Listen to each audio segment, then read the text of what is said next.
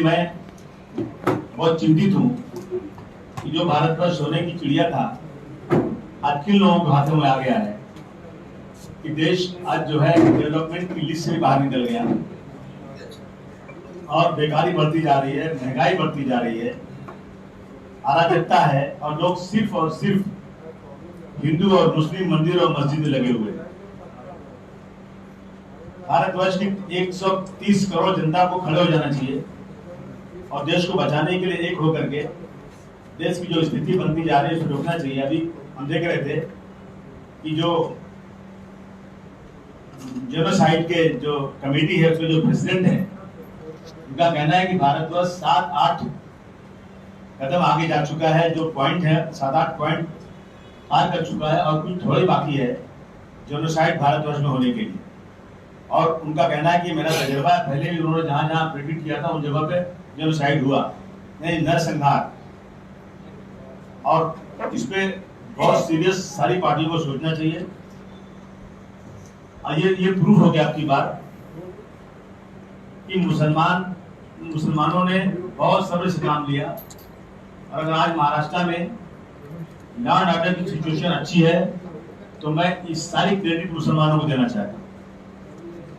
उनकी मस्जिदों के सामने क्या क्या नहीं किया गया, क्या क्या नहीं किया गया, किस किस तरह के बयान दिए गए, लेकिन मुसलमानों ने कानून को पालन करते हुए जो कानून में था, मस्जिदों में कैसे लाउड स्पीकर चले कैसे नहीं चले, उन सबको पालन किया।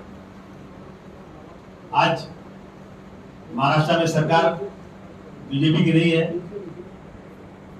तो ये महाराष्ट्र में आज जो है यहाँ पर जो है इस तरह के इश्यूज ला करके दंगा करवाना चाहते हैं। दोस्तों, अभी समाजवादी पार्टी इस मुद्दे पर एक ललकार रैली भी करने जा रही है और हमारा कहना है कि इस देश के अंदर हिंदू और मुस्लिम, सिख और ईसाई सब के सब जिस तरह से भारतवर्ष में इस देश की गंगा जमुनी तहजीब थी वो बरकरार रहना चाहिए। और जो लोग, मैं सबसे पहले तो ये मांग करूंगा, मैंने इसके पहले होम मिनिस्टर साहब से कहा, मैंने राष्ट्रपति को चिट्ठी भी लिखा, इस सबसे पहले लॉ में एक कमिटमेंट किया जाए कि जो लोग भी किसी देवी देवता को, किसी उलमाओं को, पैगंबर इस्लाम को, कुरान को, वेद को, किसी धर्म के खिलाफ, किसी मजहब के खिलाफ अपमानित बात करते हैं, ऐसे लोगों पर यूएपीए लगना चाहिए। अगर आप सर्वे करेंगे देश के अंदर तो मैक्सिमम दंगे इसी वजह से हो रहे हैं। स्पीच एंड एक्सप्रेशन के लॉ का सहारा लेकर के आप कुरान शरीफ के बारे में गलत बातें करेंगे, आप पैगंबर इस्लाम के बारे में नाज़ेबा बातें करेंगे और आप जो है वेद और कुरान के बारे में, आप जो है गांधी जी के बारे में, डॉक्टर अम्बेडकर साहब के बारे में, छत्रपति शिवाजी महाराज के बारे में, ऐसे लोगों के बारे में अगर किसी ने कोई भी अपमानित बात किया तो मैं समझता हूं कि उसके ऊपर यूएपीए जैसा कानून लागू हो और कुछ सालों तक वो अंदर पड़ा रहे। मैं समझता हूं कि नफरत खत्म होगी। अभी मैं देख रहा हूं, अगर मैं कोई अपना स्टेटमेंट देता हूं तो सामने वाला फेसबुक के ऊपर माँ बहन की गाली दे रहा है। कैसी कैसी गालियां, कैसी कैसी बदतमीजी। अरे भाई, अगर आपको कुछ कहना है तो आप तहजीब के दायरे में रहकर जो बोलना चाहिए बोल दीजिए, लेकिन इस तरह से बदतमीजी करना है। एवं प्रधानमंत्री के खिलाफ भी मैं देखता हूँ कुछ लोग कैसी कैसी बातें बोलते हैं। तो ये चीजें, इन चीजों पर रोक लगना बहुत ही जरूरी है। इसमें सरकार को जल्द से जल्द कानून बनाना चाहिए। और दूसरी चीज है, सरकार के खिलाफ बोलना देश के खिलाफ बोलना नहीं है।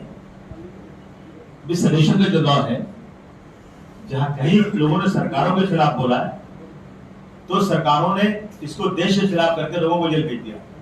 पत्रकारों ने कुछ लिखा, उनको सडेशन लागू का लॉ लगा करके, पॉइंट लगा कर को जेल भेज दिया।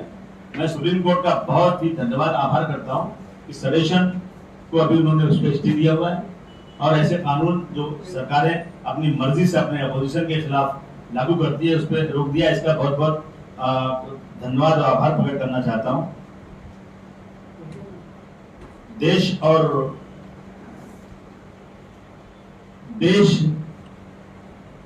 और जो है मुल्क और गवर्नमेंट में फर्क होना चाहिए। सरकारें तो बदलती रहती हैं, आज सरकार कल नहीं रहेगी, लेकिन मुल्क तो रहने वाला है। तो मुल्क के खिलाफ बोलना गलत है, पर सरकारों के खिलाफ बोलने की पूरी इजाजत है। लेकिन ऐसा लगता है कि डिक्टेटरशिप लगी हुई है, जो चाहो कर दो, जिसको चाहो उठा के जेल भेज दो। बहुत सारे लोग जेल की सलाखों के पीछे कई सालों से पड़े हुए सलेक्शन के लॉ लगाकर। मुझे उम्मीद है कि इसका जरूर उनको फायदा मिलेगा। आज सबसे बड़ा इशू जो है महंगाई का है। बहुत महंगाई बढ़ती जा रही है, लोगों की जो है आमदनी नहीं बढ़ रही है, जीडीपी हमारा गिरता जा रहा है, नौकरियां खत्म होती जा रही हैं। सरकारी नौकरियां जहाँ मिलती तो सारी की सारी इंडस्ट्री फैक्ट्री सब बिकती जा रही है। मैं उन लोगों को होशियार करना चाहता हूँ जिनका रिजर्वेशन है, वो समझ लें इस बात को कि वो मंदिर और मस्जिद के नाम पर खुश ना हो, मुस्लिम और हिंदू के टकराव से वो खुश ना हो। वो समझ लें कि एयर इंडिया में 1% मुसलमान काम करता है और 99% मेरे गैर मुस्लिम भाई काम करते हैं। रिजर्वेशन मुसलमानों का नहीं है, गैर मुस्लिम भाइयों का है। 99% जो लोग काम करते हैं उनकी नौकरियां आप जाएंगी। जो कानूनी से एयर इंडिया की खाली करा के बिल्डिंग बनाई जा रही है, अब वहां पे नौकरी कॉन्ट्रैक्ट मिलेगी, तनख्वाह कम हो जाएगी, 12 घंटे की जगह 8 घंटे की जगह 12 घंटे काम करने पड़ेंगे और लोग सोए हुए हैं। रेलवे भी कराए, रेलवे में जो नई नौकरी निकलेगी वो जो है उसमें रिजर्वेशन नहीं होगा, प्राइवेट नौकरियां होंगी। इसी तरह से सारी कंपनियां फैक्ट्रियां बिकती जा रही हैं और जो है लोग सोए हुए हैं। हम चाहते हैं कि लोग जागें और जो इनडायरेक्ट में दूसरे रास्ते से रिजर्वेशन खत्म करने की कोशिश हो रही है, उस पर देश के लोगों को तैयार होना चाहिए, खड़े होना चाहिए। ये हमारा मानना है, हमारा बोलना है। उत्तर प्रदेश की हालत तो बहुत ही खराब है। बुलडोजर बुलडोजर ऐसा लगता है कि जिसने भी कुछ किया बुलडोजर चला दो। अभी दिल्ली के अंदर ये लोग जो है वो शाहीन बाग में गए बुलडोजर लेकर के। दिल्ली में मैं तो रह चुका हूँ, बड़ी बड़ी कॉलोनियां ऐसी है जिनमें 1% भी परमिशन नहीं है। बड़े बड़े बंगले बने हुए हैं, उनको नजर नहीं आ रहा है, शाहीन बाग ही नजर आ रहा है। ये चीजें जो है ना सिर्फ और सिर्फ हिंदू मुस्लिम करके बर्बाद कर रहे हैं। इसी तरह से श्रीलंका ने किया था, इनकी हालत क्या हुई देश में आज दुनिया में श्रीलंका को देख के लोग रो रहे हैं। तो मैं आपके माध्यम से जनता को सचेत करना चाहता हूं कि जागो, सोए रहोगे तो फिर कहेंगे आप पछताए हो क्या जब चिड़िया चुग गई थे। हालत देश के बहुत खराब है। महाराष्ट्र में जिस तरह से एक पार्टी जो है लाउड स्पीकर का मुद्दा लेके खड़ी हुई है, पहले झंडे के रंग में हरा झंडा भी था, सब कुछ था। जब दुकान नहीं चली, बंद हो गई, मराठी हिंदू चलाए, मराठी और परप्रांति चलाए। मैं मांग करता हूं महाराष्ट्र सरकार से कि देश में कानून नाम की चीज कोई है कि नहीं है। अगर चाहे इस देश के कई राज्यों से ऐसे लोगों के खिलाफ सम्मन निकला जिन्होंने उत्तर भारतीयों को मारा, उनकी हत्याएं की, उनके साथ लूटपाट किया, आज तक एक दिन की जेल नहीं। अगर एक कॉमन आदमी कोई छोटी सी बात बोलता है तो पुलिस डाक डंडे मार के जेल भेज देती है, लेकिन एक आदमी खुलेआम चैलेंज कर रहा है, कुछ नहीं। मैं सरकार से कहना चाहता हूं कि जल्द से जल्द ऐसे लोगों के खिलाफ केस दर्ज किया जाए और उनको जेल भेजा जाए। सिर्फ ये नहीं कि हम वीडियो निकाल रहे हैं, हम देख रहे हैं कहाँ किसने क्या बोला है, सबको मालूम क्या बोला है, सब पता है अच्छी तरह से। उस पर सख्त कार्रवाई होना चाहिए, नहीं तो लोगों को कानून से भी लोगों का विश्वास उड़ जाएगा और लोग जो है जब कानून से विश्वास उठ जाएगा तो फिर अराजकता बढ़ जाएगी, तो फिर देश के हालात और खराब हो सकते हैं। यही सब बातें सैटरडे के दिन बांद्रा ईस्ट के अंदर समाजवादी पार्टी एक ललकार रैली कर रही है और यकीन जानिए हमारा सबसे बड़ा मकसद ये है और आपके माध्यम से हम सबसे मैसेज देना चाहते हैं कि इस देश में जो धर्म के नाम पर अलगाव हो रहा है वो किसी तरह से सारे हिंदू मुस्लिम मिलकर रहे, जब ये देश बचेगा। ये बोलना था आप लोगों से।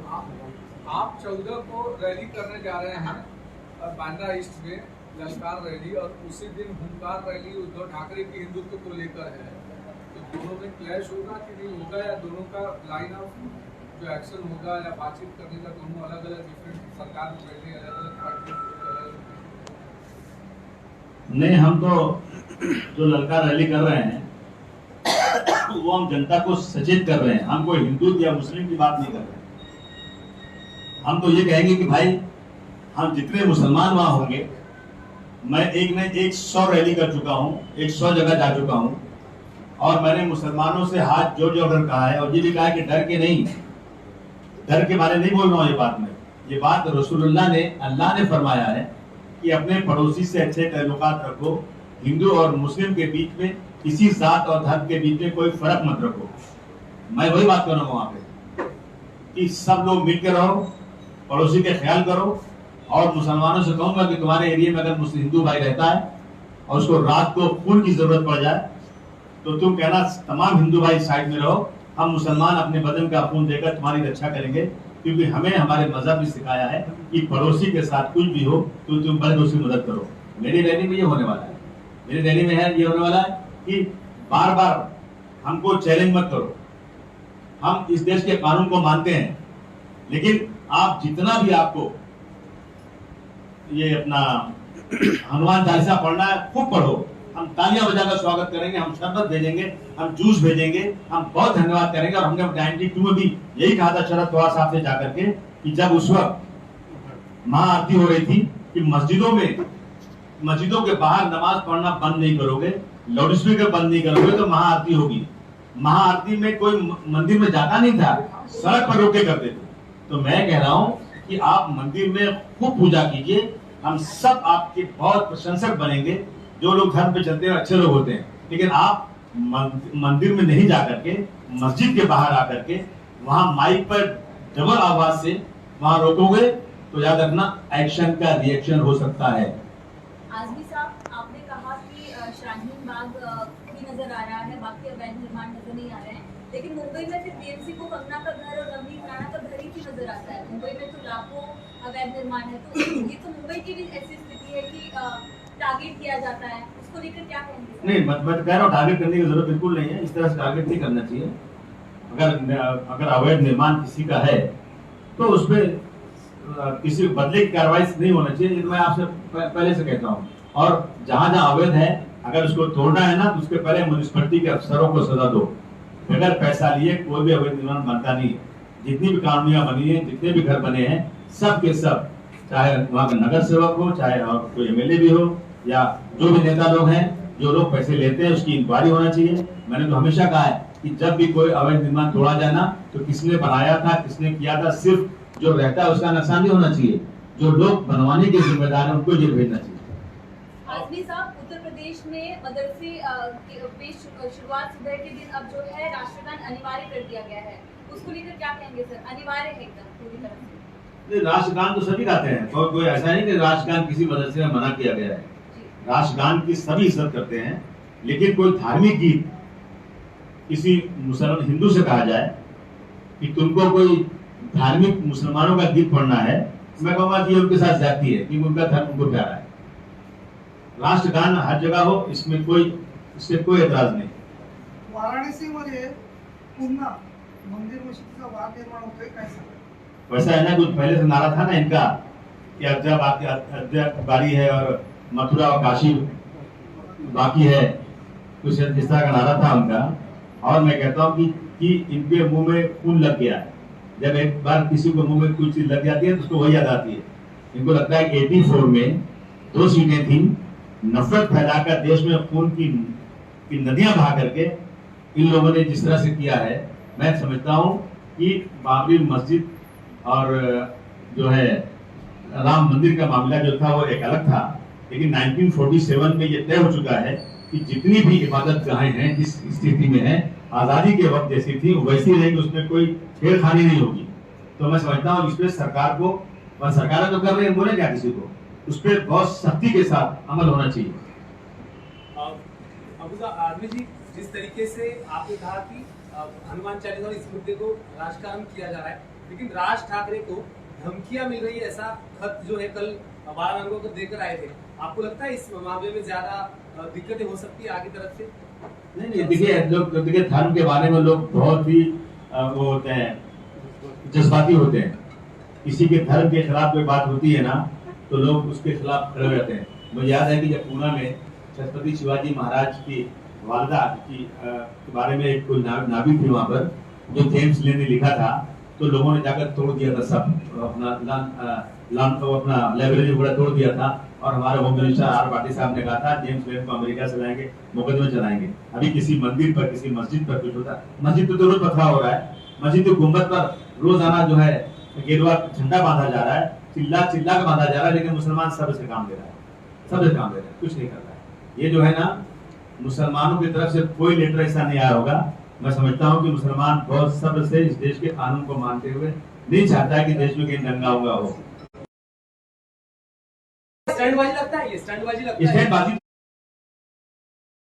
नहीं है ये सब ये कोई इशू है क्या? ये क्या लाउड स्पीकर से मस्जिद बजता है क्या? लाउड स्पीकर जहां देखो बजता रहता है, नेता लोग जाते हैं और जहां लाउड स्पीकर बजा के भाषण किया था वो तो साइलेंट जोन है।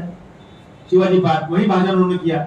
ये सब के सब अपनी इमेज को ठीक करने के लिए किया जा रहा है। मैं समझता हूँ जनता इतनी बेवकूफ नहीं है, अब इनको सबक सिखा चुकी है और आगे सबक सिखाएगी। शरद पवार साहब ये कहते हैं कि जिस तरीके से ब्रिजभूषण शरण सिंह राज ठाकरे का विरोध कर रहे हैं वो सही कर रहे हैं, और भारतीयों को मारा पीटा है तो राज ठाकरे को माफी मांगनी चाहिए, पहली बात।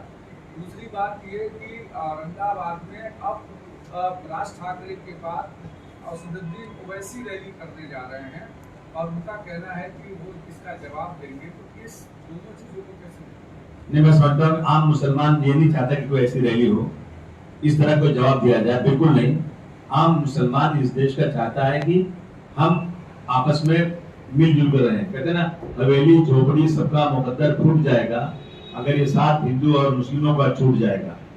दुआ कीजिए कि हमें प्यार के रिश्ते रहे कायम, ये रिश्ते टूट जाएंगे तो भारत टूट जाएगा। यहाँ मुसलमान सोचता है। जहाँ तक शरद पवार साहब का कहना है, मैं समझता हूँ कि शरद पवार साहब की सरकार थी, बीजेपी की सरकार थी, लेकिन आज तक जिन्होंने उत्तर भारतीयों के खिलाफ इतना बोला, इतना चिल्लाया, उन्होंने आज तक उत्तर प्रदेश से आए हुए उन्होंने उस पर उनकी हाजिरी नहीं करवाया आज तक। दूसरी बात है कि बीजेपी अपना पहले वो तो क्लियर करे ना कि एक दोगली नीति कौन सी उनकी है।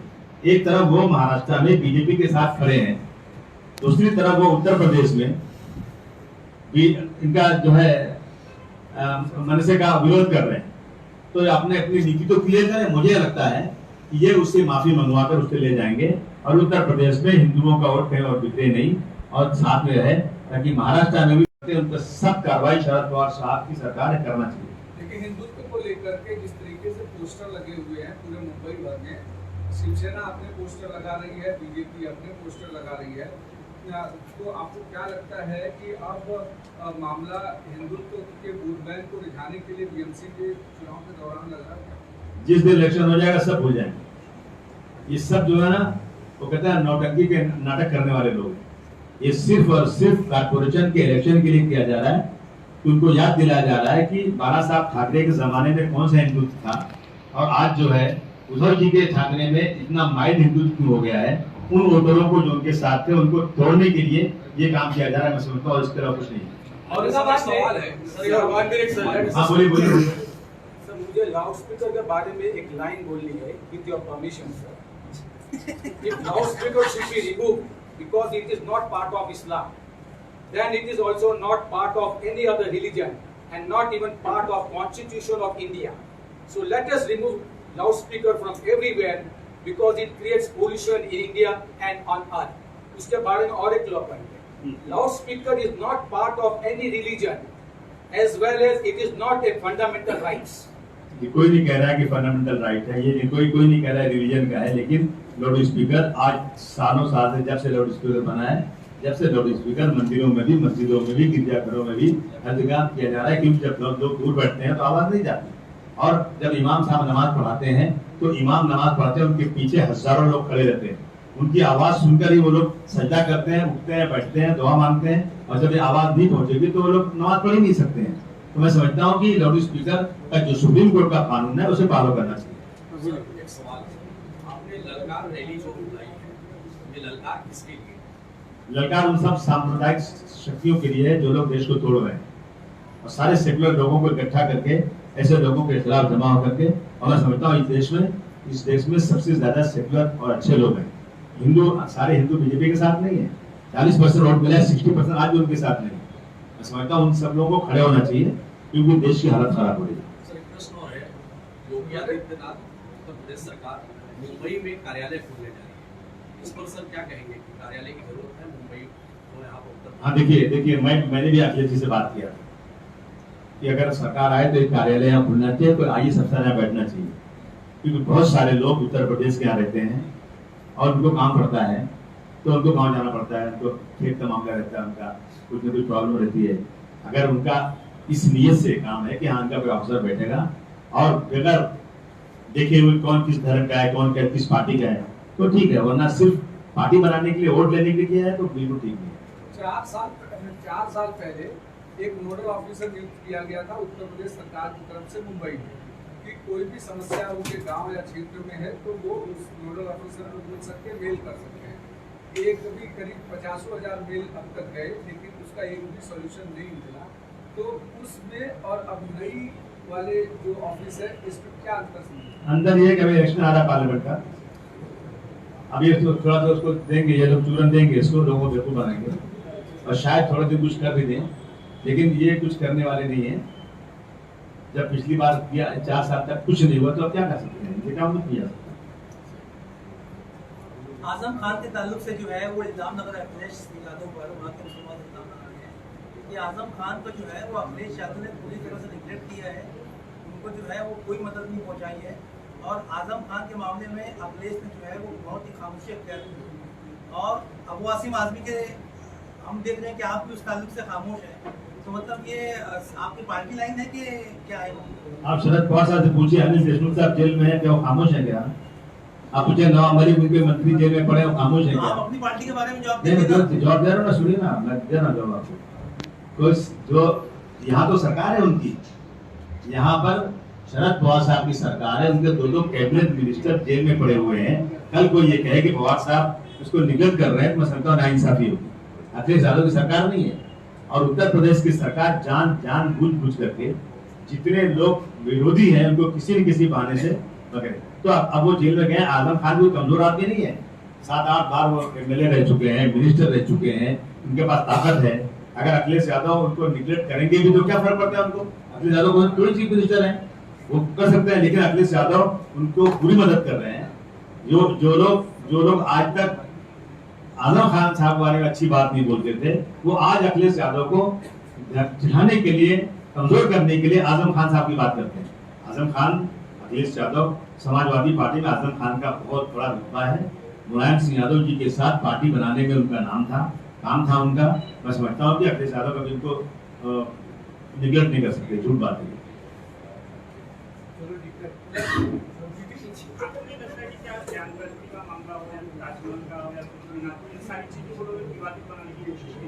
जिस तरह से मुसलमानों को जानबूझ करके परेशान किया जा रहा है, इसी तरह से यहाँ की मेजॉरिटी को ये दिखाया जाए कि जो मुसलमानों ने चीजें बनाई हैं, तो इन चीजों का नाम ले लेकर के उनको इकट्ठा करने की कोशिश की जा रही है।